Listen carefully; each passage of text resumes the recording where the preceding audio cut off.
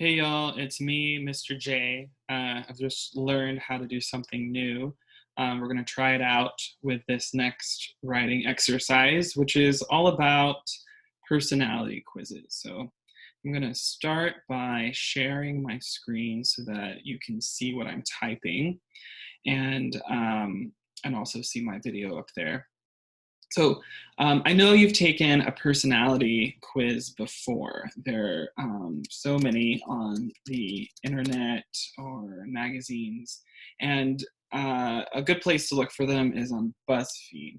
So personality quizzes, are pretty wide-ranging. Like, could be, which Disney character are you? There are a lot of those, or characters from pretty much any television show that has a wide enough audience. Really, the first thing that you want to do when thinking about creating your own personality quiz is like, what's the topic? What's the interesting thing that, or the fun thing that you want to kind of play with in the personality quiz? Just as an example, the personality quiz that I am going to work on with you is, what kind of potato are you? So when we create a personality quiz, the idea is that when you're finished with it, you will hand it over to a friend or someone in your home. They can then take the quiz, mark up the answers for themselves, and at the end, they get their results. So for what kind of potato are you, we're hoping that we could give this to somebody, anybody, not too hard. They can take the quiz and then find out the answers. But when you're creating one, you kind of do it in the reverse order. Sometimes it's called like reverse engineering. So we're going to reverse engineer our personality quiz. What kind of potato are you? And the first thing that you need are options for results. So different kinds of potatoes, I'm just going to come up with four. Four options might be, you could be a hot potato, you could be a sweet potato,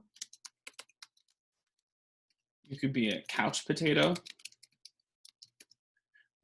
or just for like a fun option, because this can really kind of make it exciting. How about a cold McDonald's French fry? And I'm just going to change up the order there a little bit. These are actually, I'm typing them here so that you can see them, but these are really options that you would kind of keep secret and reveal them at the end of your personality quiz. So we have sweet potato, hot potato, couch potato, or a cold McDonald's French fry, okay? There are many ways, I'm sure I'm not aware of all of them, to create personality quizzes, but this one is kind of the most basic, all right? I'm going to go ahead and paste in the, oops, that was probably not a good idea. I'm going to go ahead and, I've already worked on this first question, so I'm just going to copy and paste that into the Word document. And you can use Google Docs or anything that you're used to using. I'm gonna try to make this actually not be numbers, but something else. Let's see if I can I'll go to bullets and numbering, and then make sure we have letters for these options. Perfect. Okay, so important thing, I think, is not so much to sort of get bogged down in what program you're using. You can type it any number of places, but I think it's good to start by typing it. You could also write it out by hand and type it later if that helps, so that eventually you can maybe email it to somebody, or print it out and have them do it that way. So here's the question I came up with. Your mom calls at 9 p.m. on a Friday when you're out with friends. What do you do? All right.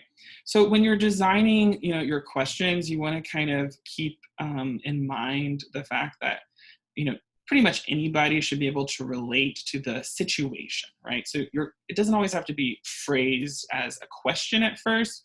You can basically just put someone in a situation in which they have to make a decision, right? That's all I did with here. The situation is, you're out with your friends. It's 9 p.m. on a Friday. Your mom calls, and then what do you do?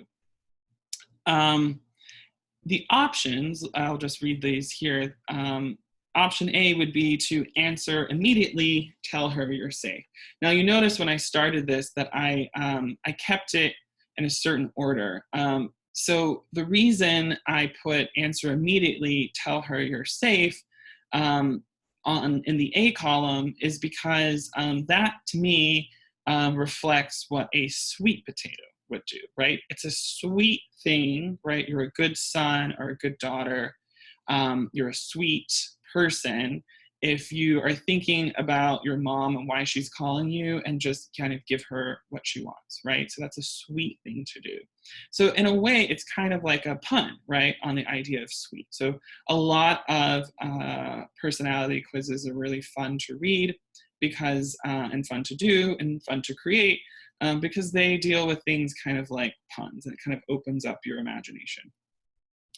Answer B, hand the phone to your boyfriend or girlfriend so they can deal with it, right? That's the answer that a hot potato might choose, right? Just so hot, you've just got tons of people always around you. You never really have to sort of deal with your own problems. So hot potato is not going to answer the phone to the mom because they don't have to. Somebody else will be there to answer it for them. C, option C, you're always at home on a Friday night. So this is often something that you'll see happen in personality quizzes where they, one of the types of personalities will sort of reject the whole premise of the situation. This is that option. A couch potato is probably not going to be anywhere on a Friday night except on the couch, right, at home. So that would be the answer for a couch potato. Option D, what do you do when your mom calls on Friday night? Let it go to voicemail. You never answer except by accident, right? So I'm just kind of playing on that idea of being kind of cold, right? Like a cold McDonald's French fry is not going to answer the phone to anybody, unless they absolutely have to, or unless they do it accidentally, right? Because they're kind of cold. They're cold even to their own mom, right? To take this, to take this further, we can come up with many other situations, many other questions.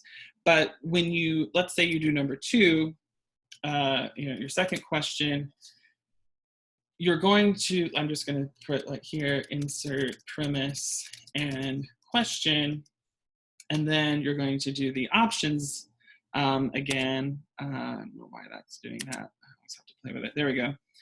Insert the premise and question. You want to make sure that, the sweet potato answer is always option A. And then, the hot potato answer is always option B. Couch is always option C.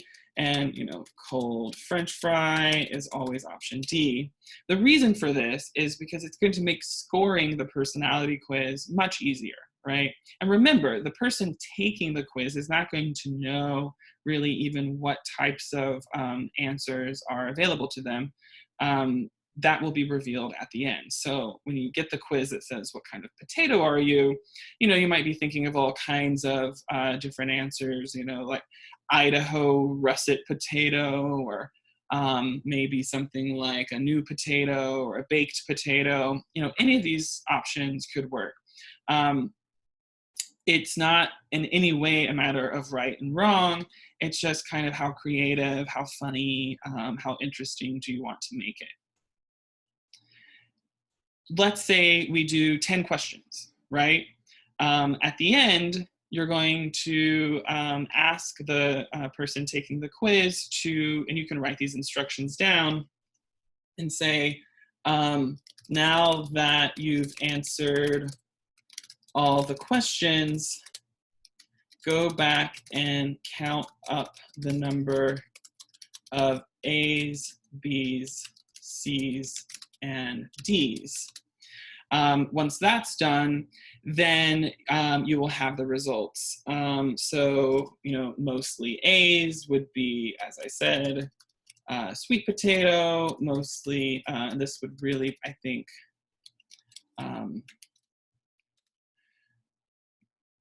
be best. You're going to kind of copy and paste and move things around at the end, mostly A, sweet potato, mostly B's, hot potato, and so on. You can go a little further with the personality quiz, right? You can explain what you mean by sweet potato or hot potato. And in some cases you might need to.